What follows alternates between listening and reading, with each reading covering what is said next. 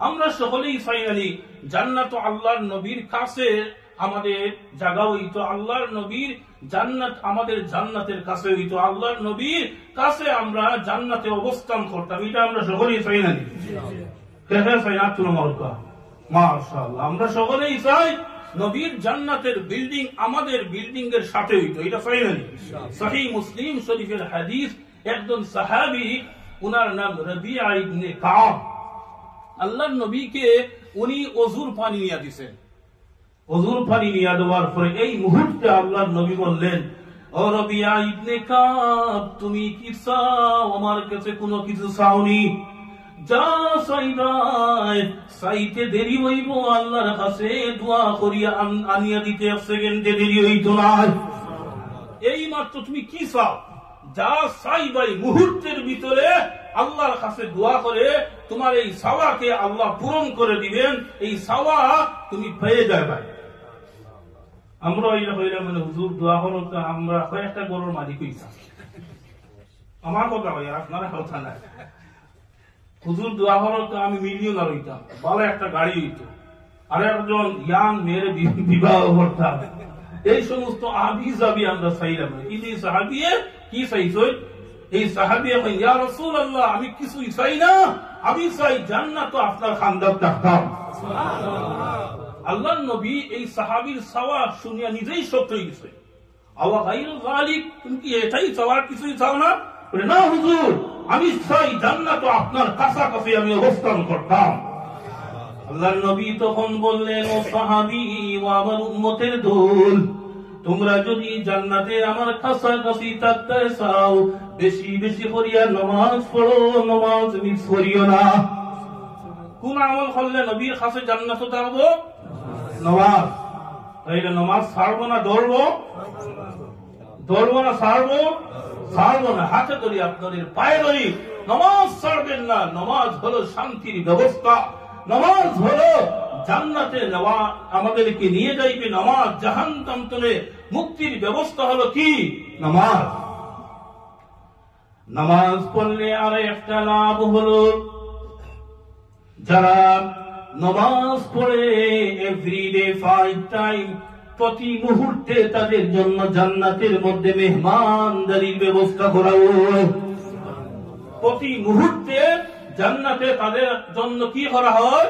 মেহমানদারির ব্যবস্থা করা হয়। আল্লাহর নবী সহিহ বুখারী শরীফের হাদিস, আল্লাহর নবী বলেন, যারা সকাল সন্ধ্যা মসজিদের মধ্যে আসে, যতবার মসজিদের মধ্যে আসবে ততবার জান্নাতের মধ্যে খাবারের ব্যবস্থা আল্লাহ করে রাখবেন। পেট রেডি করো খাইবার লাগিয়া, এই দুনিয়া খাওয়ার জায়গা নেই। কত মানুষ আছে খায় না, খাইতে পারে না, কত মানুষ আছে সব কিছু আছে কিন্তু খাওয়ার এই তৌফিক নাই।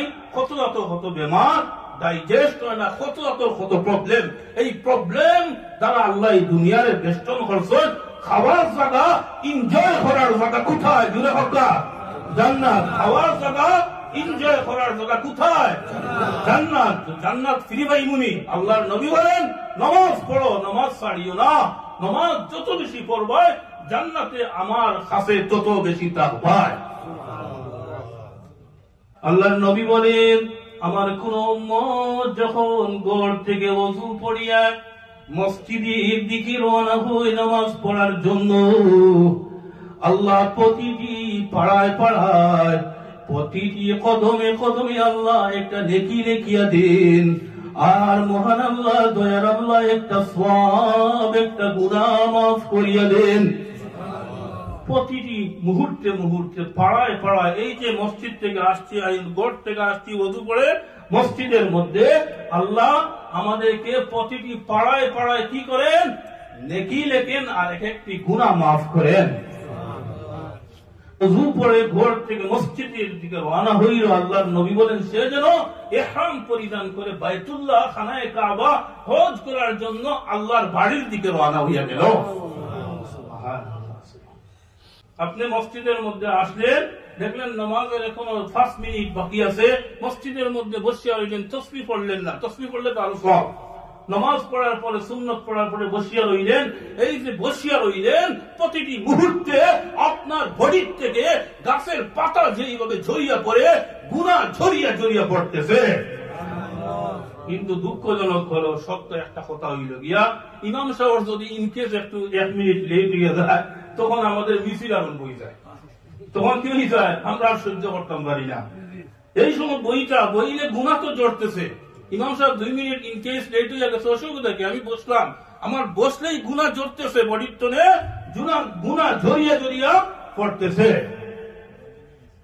নামাজ পড়লেন আল্লাহর নবী অন্য হাদিসের মধ্যে বলেন যে আমার উম্মত সুন্দর করে ওযু করবে, ওযু করে নামাজের মধ্যে খাড়া হইয়া আল্লাহু আকবার বলবে।